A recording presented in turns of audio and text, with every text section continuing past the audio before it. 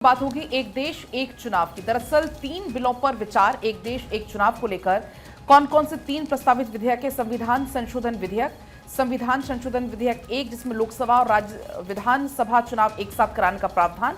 जो दूसरा है विधेयक उसमें है राज्य के मामलों से संबंधित विषय कम से कम 50% राज्य विधानसभाओं के समर्थन की आवश्यकता। और तीसरा जो विधेयक है सामान्य विधेयक है केंद्र शासित प्रदेश यानी कि पांडुचेरी, दिल्ली और जम्मू कश्मीर से संबंधित 3 कानून के प्रावधान में संशोधन।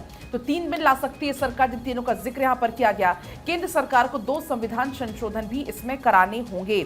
2 चरणों में चुनाव कराने का सुझाव। इस साल लोकसभा चुनाव की घोषणा से ठीक पहले मार्च में सरकार को रिपोर्ट सौंपी गई।